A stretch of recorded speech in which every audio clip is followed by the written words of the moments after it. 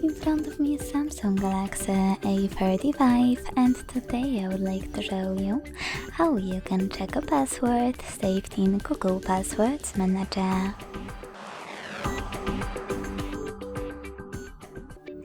Begin by opening Settings and scrolling all the way down to tap on General Management.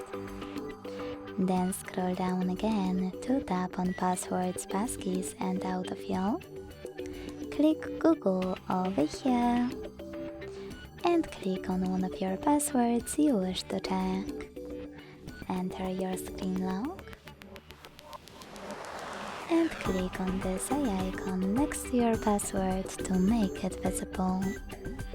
Thanks so much for watching. If you enjoyed this video, leave a like, comment and subscribe. Bye!